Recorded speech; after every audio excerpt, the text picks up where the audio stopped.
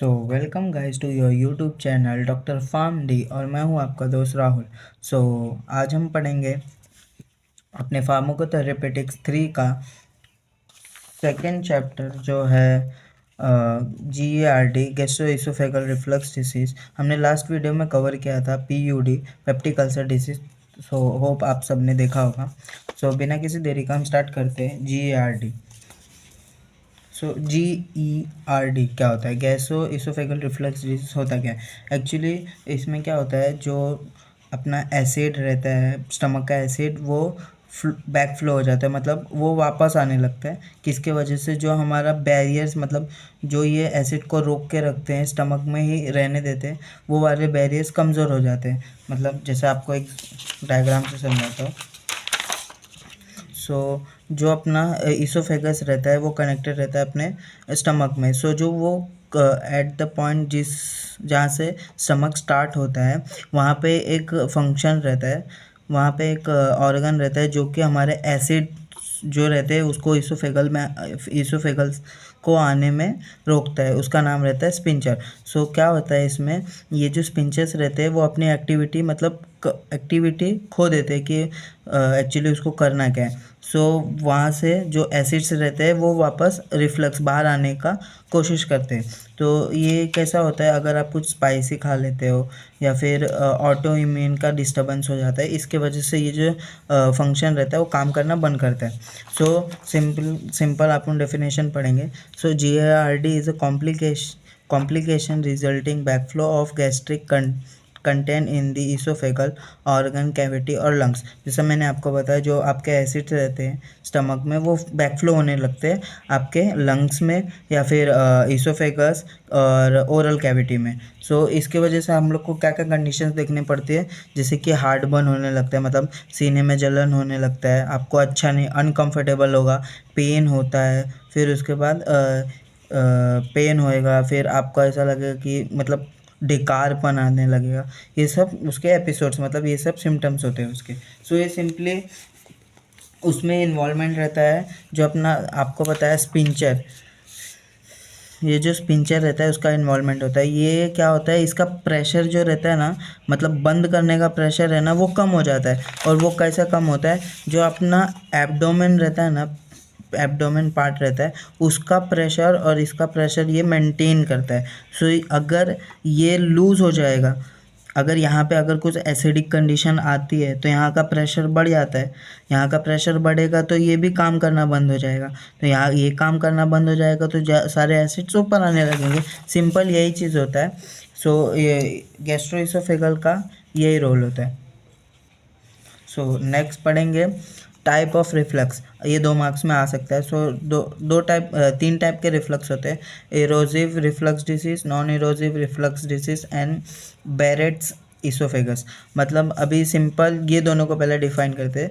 इसमें क्या होता है, जब आप अपर एंडोस्कोपी में देखते हैं, अपर एंडोस्कोपी करते हैं, तो उसमें जो आपका इसोफेगल म्यूकोसा रहता है उसमें आपको मतलब अल्सर टाइप का दिखता है। और जो नॉन एरोसिव रहता है वो विदाउट एंडोस्कोपी आप देखोगे ना, तो इसोफेगस, जैसे आपने अपना मुंह खोला और तुरंत आपको कुछ अल्सर, रेडनेस सब दिखने लगेगा, तो ये होता है नॉन एरोसिव रिफ्लक्स डिजीज। और इसोफेगल्स में क्या होता है, सिंपली जो आपका इसोफेगल की लाइनिंग रहती है वो आपका सिमिलर एज इंटेस्टाइनल जो लाइनिंग रहती है ना, वैसा, मतलब वहाँ पे ब्लैकनेस, ऐसा कुछ ब्लैक ब्लैक जैसा स्पॉट्स बन जाता है। ब्लैक ब्लैक स्पॉट्स मतलब नेक्रोसिस टाइप का बन जाता है। सो वो एक प्री कैंसरस सिचुएशन होता है जो इसमें हमें देखने को मिलता है। अभी इसकी पढ़ते हैं पैथोफिजियोलॉजी। ईटियोलॉजी में कुछ अभी इसका पूरा ये एडोपैथिक है, इसका पूरा एक प्रॉपर कुछ एक ही पॉइंट नहीं है जिससे हम बोल सकते हैं कि इसके वजह से ही किसी को GERD होता है। बहुत सारे मल्टीपल इसके ईटियोलॉजी से कॉजेस है, जैसे कि यहाँ पे कुछ कॉजेस लिखे हैं। फैटी मील्स, अगर कुछ ज़्यादा जैसे आप चिकन वगैरह खाते हो, इन लोग को ज़्यादा ये सब प्रॉब्लम्स होता है। इसीलिए देखते हो आप वेस्टर्न साइड्स में आपको ये सारे कंडीशन ज़्यादा दिखेंगे। जैसे आपको गार्लिक खाना पसंद है या चॉकलेट आप कभी खाते हो तो आपको ऐसा लगता है डेकार, कच्ची डेकार आती होगी, आपने कभी महसूस किया हो। होता है, या फिर कांदा खाते हो तो तब भी आता है। सो इधर सिंपल क्या होता है, जो आपका इसोफेगस रहता है, ये जो स्पिंचर रहता है और ये जो एब्डोमेन रहता है, इसका प्रेशर ये मेंटेन करता है। अगर इसका प्रेशर ज़्यादा हो जाएगा तो फिर ये अपना काम करना बंद हो जाएगा। इतना सिंपल सा फंडा है।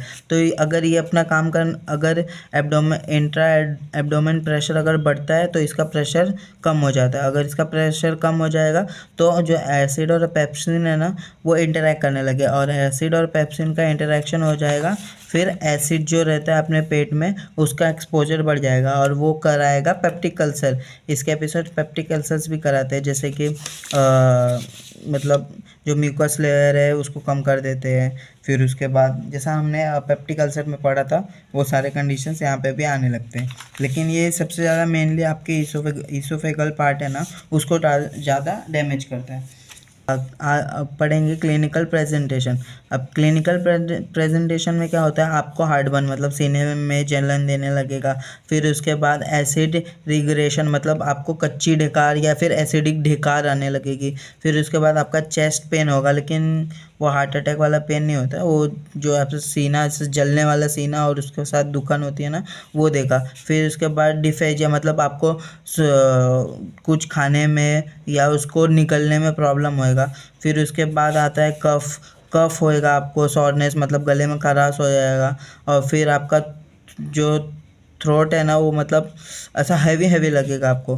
और अस्थमा के भी सिम्टम्स आने जाएंगे, जैसे खांसी होएगा, कफ निकलेगा। फिर उसके बाद आपको सांस लेने में भी तकलीफ हो जाएगी, क्योंकि इसके जो एसिड जो रिफ्लेक्स होता है वो आपके लंग्स में भी कभी कभी जाते हैं।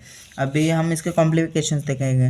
ये कॉम्प्लिकेशंस आपको 2 मार्क्स में आ सकते हैं, जैसे कि ईसोफेजाइटिस। इसमें क्या होता है, जो ईसोफेगल का लाइनिंग जो अपना ईसोफेगस रहता है,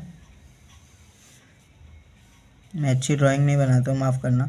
जो ईसोफेगल्स का लाइनिंग जो रहता है ना, उसमें ये प्रॉब्लम आ जाता है। ईसोफेगल का लाइनिंग मतलब ये जो ईसोफेगस का लाइनिंग अभी ये इतना ही है। अगर इसमें इन्फ्लेमेशन अभी एसिड का वापस अगर एसिड रिफ्लक्स होता है तो ये पूरे इस एरिया को बर्न कर देता है। अगर इस एरिया को अगर बर्न करेगा तो इसमें इन्फ्लेमेशन हो जाएगा। सो आपको स्वेलन मतलब खाने में तकलीफ़ हो जाएगी, आप कुछ खा नहीं पाओगे, आज पी भी नहीं पाओगे, और आपको जलन देगा, बहुत ज़्यादा पेन होगा। सो ये कंडीशंस दिखने लगेंगे। फिर जैसे आपको बैरेट इसोफेगस बताया, वो प्री कैंसरस सिचुएशन है, जिसमें आपको जो आपका इसोफेगल लाइनिंग है और स्टमक ये अपना इंटेस्टाइनल लाइनिंग है, वो सारा सिमिलर ऐसा सेम ही दिखेगा। फिर उसके बाद इसोफेगल स्टिंचस मतलब आपके इसोफेगल में होल जैसा और नैरो सिचुएशन फॉर्म हो जाएगा। मतलब होल मतलब अल्सर्स जैसे, अल्सर के साथ साथ जो आपका इसोफेगस है वो पतला होने लगेगा। फिर एस्पायरेशन निमोनिया मतलब आपको निमोनिया होने के चांसेस होते हैं, क्योंकि जो आपका एसिड्स है वो आपके लंग्स में वापस चले जाते हैं। सो नेक्स्ट पढ़ेंगे हम डायग्नोसिस। डायग्नोसिस में सिंपल है, अगर कोई पेशेंट आ रहा है उसको जीआरडी के सिम्टम्स है तो हम उसको कैसे आइडेंटिफाई करेंगे कि उसको गैस्ट्रोइसोफेगल रिफ्लक्स डिजीज़ हुआ है। सो सिंपली हम उसका पेशेंट का सबसे पहले हम क्या लेते हैं, क्लिनिकल हिस्ट्री। सो उसका क्लिनिकल हिस्ट्री चेक करेंगे कि उसको क्या प्रॉब्लम हुआ है। सो पेशेंट बोलेगा कि मुझे हार्ट बर्न हो रहा है, मतलब मेरे सीने में जलन हो रहा है, मेरा ऐसा डेकार आ रहा है मुझे बार बार। फिर उसके बाद मुझे कुछ खा रहा हो तो मुझे खाया नहीं जा रहा है, मुझे मेरा गला दुख रहा है। फिर वो बोलेगा मुझे खांसी आ रही है, ये सारी चीज़ें वो बोलेगा। फिर उसके बाद ये सब डायग्नोस करने के बाद हम उसको simply empiric trial of PPI दे सकते, मतलब उसको short term treatment of proton pump inhibitor जैसे ओमेप्राजोल या फिर पेंटाप्राजोल देख के उसको देखेंगे। अगर वो उससे क्योर हुआ तो ठीक है, अगर क्योर नहीं हुआ, अगर उसको उस चीज़ से रिलीफ नहीं मिला तो हम फर्दर जाएंगे कंफर्मेशन के लिए कि उसको जीआरडी हुआ है। सो हम उसको सिंपली चेक कर सकते हैं, अपर एंडोस्कोपी कर सकते हैं, उसका पीएच मेंटेन मतलब पीएच चेक कर सकते हैं। फिर बैरेट इसोफेगल्स चेक कर सकते हैं। फिर उसके बाद हाई रेजोल्यूशन इसोफेगल प्रेशर और टोपोग्राफी उसका चेक कर सकते हैं। अगर ये सारे रिजल्ट्स पॉजिटिव आए तो उसको जीआरडी डायग्नोस करेंगे आप। अभी नेक्स्ट पढ़ेंगे उसके ट्रीटमेंट्स।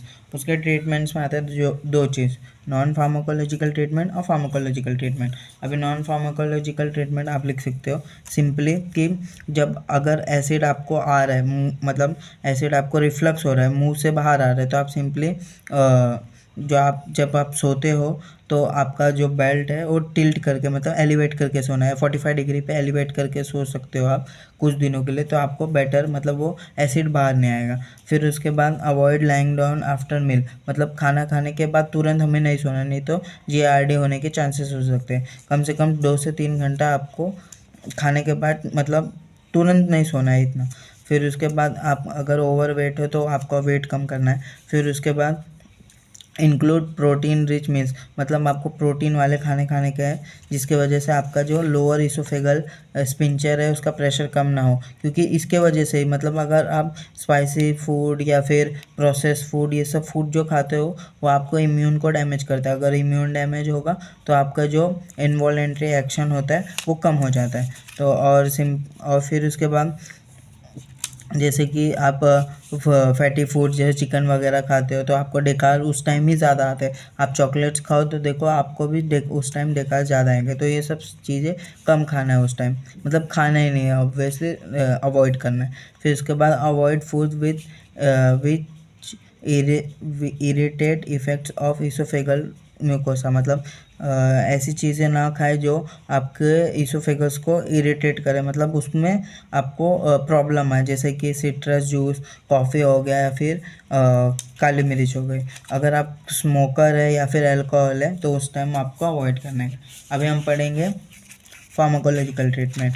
इसमें आता है सबसे पहला एंटासिड्स। ये माइल्ड GERD के रहता है। जो 12 साल के जो बच्चे रहते हैं उनको हम ये दे सकते हैं, जैसे कि aluminium hydroxide plus magnesium hydroxide जो है 10 to 12 ml पर डे आप इसको दे सकते हो, या फिर 1 से 2 टैबलेट्स आफ्टर मील दे सकते हो, ताकि आपका अगर एसिड फॉर्मेशन होता है आपको तो वो न्यूट्रलाइज हो जाए, और ये शॉर्ट टर्म के लिए रहता है। सेकंड ड्रग आप दे सकते हो कैल्शियम कार्बोनेट, जो कि 500 mg का होता है, और 2 से 4 टैबलेट आफ्टर मील आप दे सकते हो, लेकिन कंटिन्यू नहीं, मतलब पर डे ऐसा। फिर उसके बाद H2 रिसेप्टर एंटागोनिस्ट, जो H2 रिसेप्टर को जाकर ब्लॉक कर देता है, जिसके वजह से एसिड सिक्रेशन बंद हो जाता है। इसमें ड्रग्स आते हैं रेनिटेडिन 150 mg ट्वाइस अ डे, या सिमेंटेडिन 200 mg ट्वाइस अ डे, और ये 4 to 8 वीक्स के लिए रहता है। अभी थर्ड सबसे फेमस आता है प्रोटॉन पंप इनहिबिटर, जो अडल्ट लोग खा सकते हैं, जैसे कि ओमेप्राजोल, इसोमेप्राजोल, पेंटाप्राजोल, ये सारे कॉमन ड्रग्स हैं जो हम डेली लाइफ में खाते हैं अगर आपको एसिडिटी या ये सब वगैरह होता है तो। फिर उसके बाद ये वंस अ डे आप ले सकते हो, क्योंकि इसका डायरेक्ट हाई डोज वाला है, मतलब जो हम मैक्सिमम टाइम वाला डोज हम ले सकते हैं, और ये इसका ड्यूरेशन होता है 4 to 8 वीक्स। और लास्ट आता है प्रोकाइनेटिक एजेंट, जो होता है domperidone 10 mg thrice a day, और मेटोक्लोप्रामेडिन 10 mg थ्राइस अ डे। ये सिंपली क्या करता है, जो आपका गैस्ट्रिक एम्प्टिंग टाइम है ना, मतलब पेट खाली हो जाएगा तो आपको ये सब प्रॉब्लम ही नहीं होगा। और जो आपका इसोफेगल है, लोअर इसोफेगल स्पिंचर, उसको क्लोज करने में भी काम आता है, और इसका ड्यूरेशन है 1 से 4 वीक। सो इधर हमारा सेकेंड चैप्टर कंप्लीट हो रहा है आज। अभी हम नेक्स्ट देखेंगे, इसका थर्ड चैप्टर हम देखेंगे, जो माफ़ करना, गैस्ट्रो इंटेस्टाइनल सिस्टम का हम थर्ड चैप्टर देखेंगे अगले वीडियो में। आई होप आपको समझ में आया होगा। अगर मुझसे कुछ भी गलती हुआ तो आप कमेंट डाउन में मुझे बता सकते हैं, मुझे और क्या इम्प्रूवमेंट करना चाहिए। ऐसे सारे इन्फॉर्मेटिव वीडियोस मैं लाता रहूँगा। और थैंक यू। और आप लाइक करें अगर आपको पसंद आया, सब्सक्राइब करें और शेयर ज़रूर करें सारे फैमिली स्टूडेंट से। Thank you, have a nice day.